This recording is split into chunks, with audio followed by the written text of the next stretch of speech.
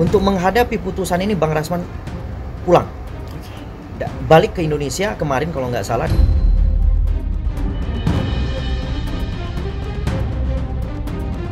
Terkait dengan putusannya saya juga udah tahu lah, ya kan, saya udah tahu nih kurang lebih 2 tahun apa yang dituntut oleh jaksa itu yang akan dibacakan sama majelis hakim.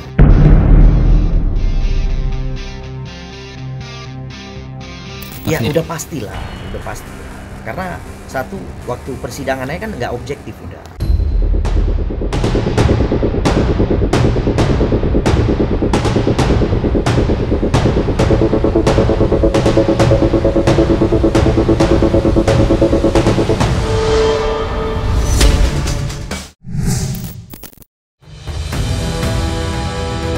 Drama persidangan kasus dugaan pencemaran nama baik yang menyeret nama 2 advokat, Rasman Arif Nasution dan Hotman Paris Hutapea, telah resmi memasuki babak final.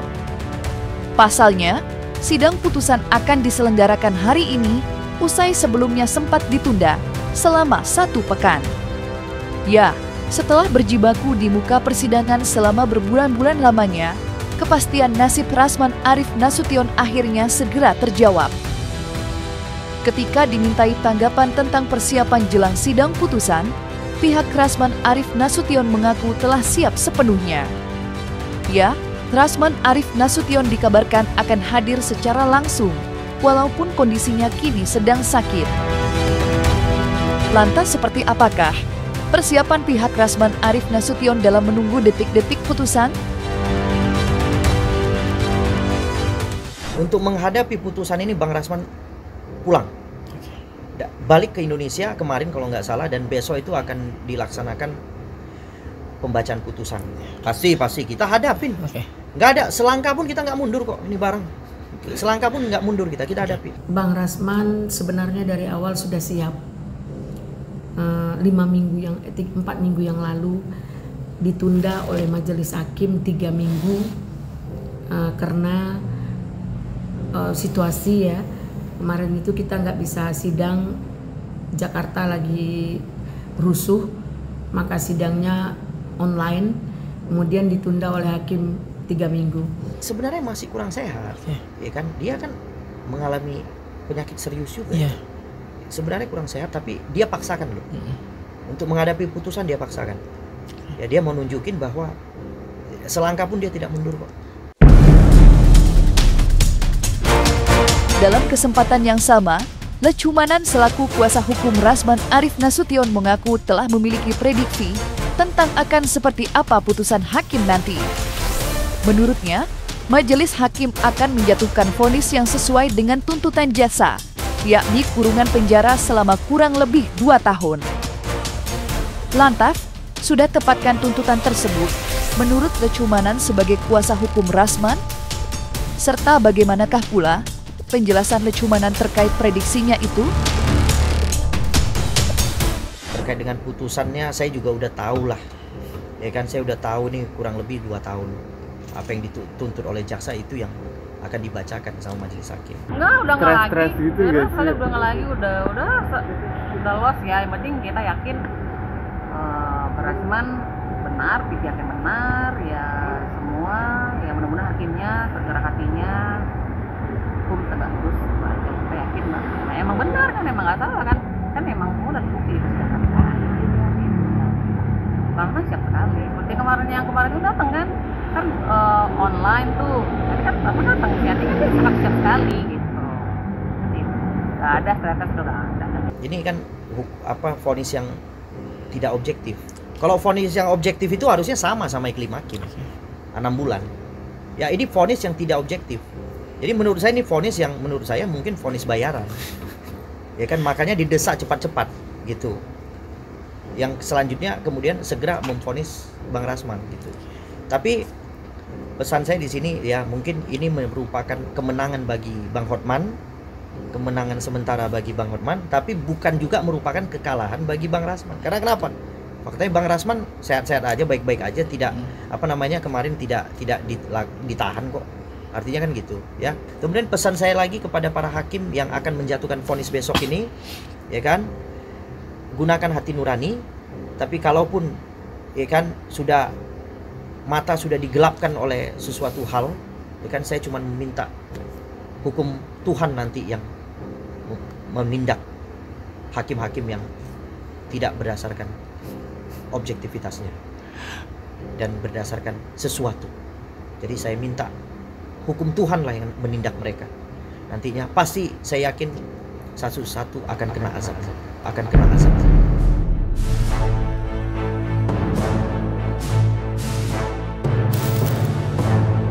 Sebelum dijawab oleh Lecumanan, potensi kehadiran Rasman pada sidang hari ini memang masih menjadi misteri. Ada yang berpendapat Rasman akan kembali absen, namun tak sedikit pula yang yakin Rasman siap menerima semua dengan lapang dada. Akan tetapi, hal itu sempat memancing sindiran cukup pedas dari sang seteru, yakni Hotman Paris Hutapea, yang sampai memberikan pesan lewat media sosialnya. Sakit, ini sakit yang keberapa? Lupa bahwa sakit tidak menghalangi hakim membacakan vonis karena pemeriksaan sudah selesai, kata Hotman dalam unggahannya meledek Rasman. Seolah jengah, tim kuasa hukum Rasman Arif Nasution pun memberikan tanggapan terkait unggahan tersebut.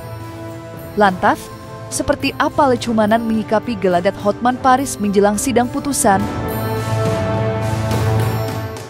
Ya, saya melihat sindiran itu adalah upaya merayakan kemenangan Bang Hotman ya. Mungkin seperti itu ya. Ya nggak apa-apa lah. Artinya Bang Hotman juga mungkin dia perlu merayakan kemenangannya.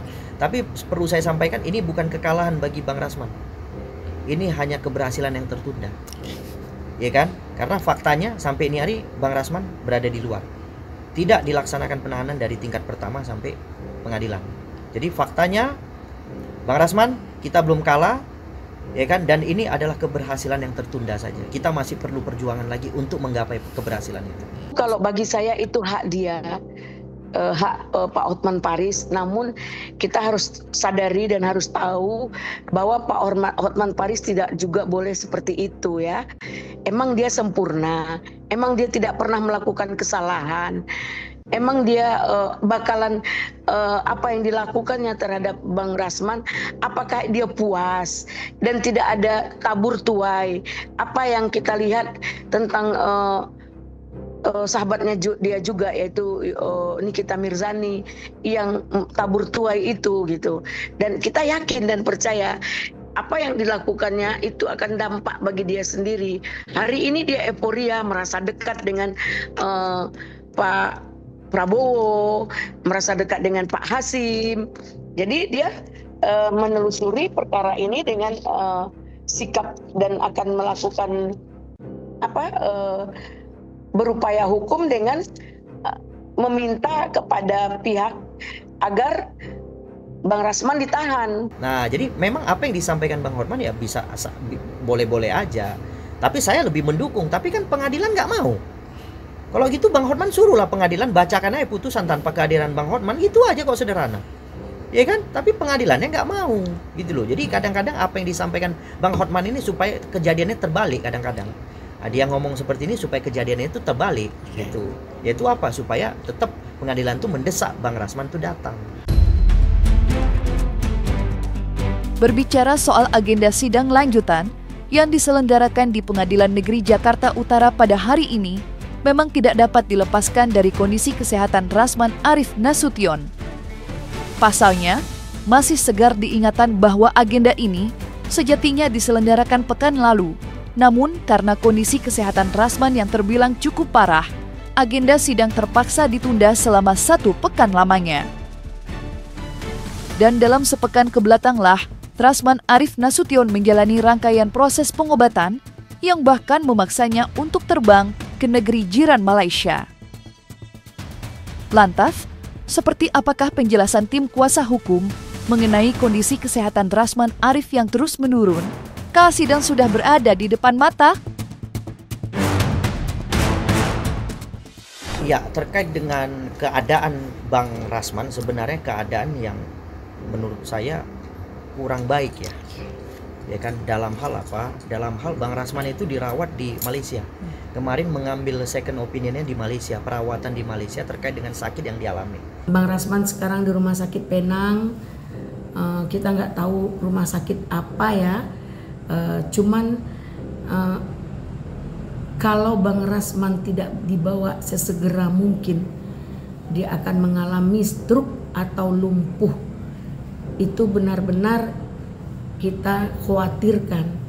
Nah, makanya kita nggak mau terlambat dalam penanganan untuk observasi bagaimana seperti yang harus mendapat tindakan yang lebih baik gitu. Makanya Bang Rasman segera dirujuk ke Penang, dia langsung segera berangkat hari Kamis kemarin. Gue mana tahu, tanya aja. Orang juga udah tahu kenapa dia sakit. Kan beliau kan memang ada vertigo, ada GERD yang lalu juga pernah kumat kan. Nah ini udah 5 hari ini kan udah sempat kami ngerawatnya di rumah aja. Kebetulan anak kan dokter, jadi kasih terapinya di rumah aja. Tapi sepertinya kurang membaik gitu kan, makanya kita rujuklah ke rumah sakit. Selama ini kan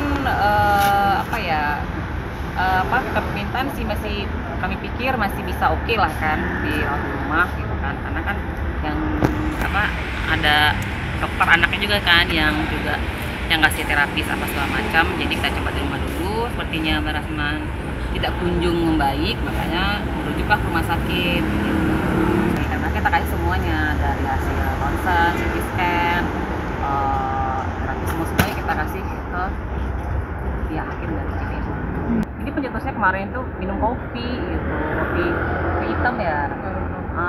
Ya pencetusnya di situ. Jadi partner itu belum makan lagi kan, minum kopi udah jadi di situ. Sementara itu, agenda sidang hari ternyata bukanlah akhir dari kisah perjuangan panjang Rasman dalam mencari keadilan untuk dirinya. Ya, Lechumanan menjelaskan bahwa bila mana hasil putusan nanti tidak sesuai dengan harapan, tim kuasa hukum Rasman hampir dipastikan akan menempuh upaya banding. Uniknya, Lechumanan juga mempertegas bahwa pihaknya akan menerjang upaya apapun jika terus merasa tidak puas. Termasuk bila harus mengejar perkara ini lewat peninjauan kembali di Mahkamah Agung Republik Indonesia. Lantas, seperti apakah penjelasan lengkap Lechumanan terkait rencana upaya memperjuangkan keadilan untuk Rasman? Kita ajukan banding. Oke. Ya itu normatif pengacara akan ajukan banding. Nah kalau kalah lagi di tingkat banding kita akan ajukan kasasi. Kalah lagi di kasasi kita akan ajukan PK. Ya nggak apa-apa lah, ya kan, namanya Bang Rasman ini adalah upaya mendewasakan diri. Ya kan, mungkin mencari keadilan harus sampai ke Roma kan, harus sampai ke ke negara orang ini. Ya kita akan tempuh. Prinsipnya gitu.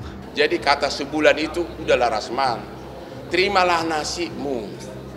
Rasman, terimalah nasibmu.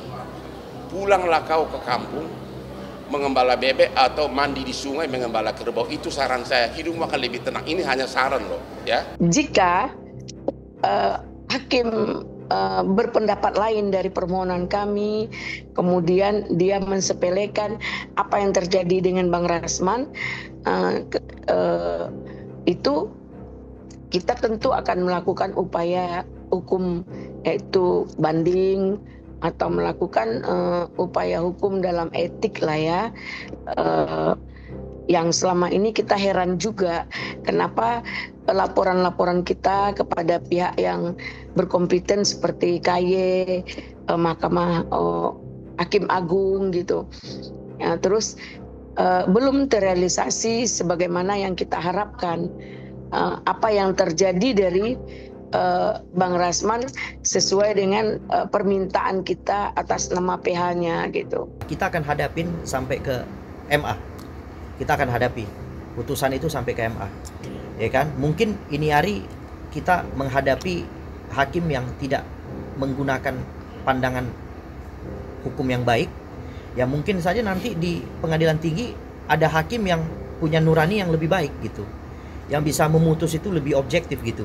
Bagaimana yang memerintahkan cuma dapat 6 bulan, yang diperintah menerima kuasa untuk melaksanakan malah dapat 2 tahun. Kan aneh itu udah hukumnya. Ya kan, tapi itulah namanya hakim, boleh suka-suka dia menerapkan hukum. Ya kan, dia adalah orang yang diperkenankan oleh konstitusi untuk menciptakan hukum. Makanya inilah rusaknya republik itu. Jadi vonis itu bisa diatur-atur gitu. Jadi tidak berdasarkan keyakinan yang benar-benar keilmuannya gitu. Benar-benar faktanya gitu. Maju terus, kita nggak akan mundur. Selangkah pun kita nggak akan mundur. Karena kenapa? Bang Rasman benar. Orang benar dia bela orang, tiba-tiba harus masuk penjara. Kan nggak masuk akal udah. Dia bela Iklima datang kasih tahu nih aku dilecehkan ini itu segala macam. Dia pula yang mau dipenjara. Kan nggak masuk akal ini udah. Ya namanya advokat kok. Ya kan imunitasnya ada. Ya itu makanya saya bilang di pesan-pesan. Kenapa? Ada putusan MK kok. Advokat nggak bisa dituntut, tapi bisa diputuskan. Lah melucu nih. Tabrak aturan udah kan. Nah artinya nggak bisa dituntut, tapi dituntut juga sama jaksa. Ini jaksa pun tabrak aturan ini. Ini udah kacau balau ini udah negara ini. Nah, itu yang menurut saya di pesan-pesan. Bila ditarik ke belakang, kekecewaan pihak Rasman Arief Nasution sejatinya bermula dari vonis yang menimpa Iklima Kim, di mana Iklima Kim hanya divonis hukuman penjara selama 6 bulan. Sedangkan Rasman harus dibayang-bayangi momok hukuman penjara selama 2 tahun lamanya. Berangkat dari perbedaan vonis itulah, kekecewaan pihak Rasman semakin menjadi-jadi. Apalagi, hingga detik ini mereka masih yakin kalau sidang seharusnya berakhir dengan keputusan bebas murni. Lantas mungkinkah pihak Rasman menduga adanya praktik kotor di balik proses persidangan? Ya udah pastilah. Karena satu, waktu persidangannya kan nggak objektif udah, ya kan. Padahal seorang hakim ketua majelis itu kan harus mengatur lalu lintas jalannya sidang, bukan marah sana marah sini. Waktu kita pemeriksaan tergugat atau terdakwa lebih berat ke kita. Waktu kita menghadirkan ahli kita, malah ahli kita dibatas-batasi gitu loh, ya kan mengambil keterangan ahli kita aja dibatas-batasi. Jadi di situ kan sudah tidak objektif artinya. Ya udah, bagaimana tuntutan Iklima 6 bulan, tuntutan Bang Rasman 2 tahun, ini udah jelas kan nggak berimbang. Artinya ya memang ada proses hukum yang di pesan-pesan udah ya menurut saya ya. Karena kenapa? Terakhir ketika majelis hakim ini sudah diganti, sudah keluar telegramnya pergantian majelis hakim, maka Bang Hotman mengirimkan surat kepada Mahkamah Agung untuk supaya hakim itu masih tetap di sana sampai sidang Bang Rasman itu selesai.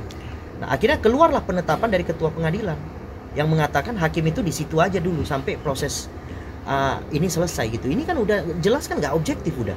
Kalau objektif harusnya udah ganti kan hakimnya kan, gitu ya. Jadi menurut saya ini adalah vonis yang dipesan-pesan. Di sini kita melihat indikasi ada campur tangan ya, dan intervensi.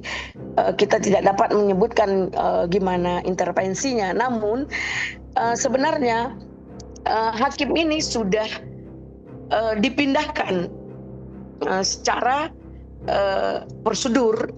Mereka sudah pindah tugas, bahkan pernah melakukan pindah tugas, pernah tugas di tempat lain. Disampaikan oleh hakim ketua, hakim yang namanya ini sudah bertugas di tempat yang baru. Minggu depan sidang berikutnya dia nongol lagi, katanya dia diperbantukan di situ. Nah, ini kita melihat intervensinya sangat kuat. Kenapa? Apakah tanpa dia perkara ini tidak berjalan dengan baik? Nah, inilah yang kita harus pertimbangkan yang sedalam-dalamnya dalam perkara Bang Rasman ini. Nanti hakim yang kena karma, udah gitu aja. Kalau terlalu orang sakit dipaksakan, ya kan? Ya nanti kita masih ada hukum akhirat lah. Kita minta hukum akhirat menindak orang-orang yang memang menzolimi Bang Rasman. Itu aja permintaan saya.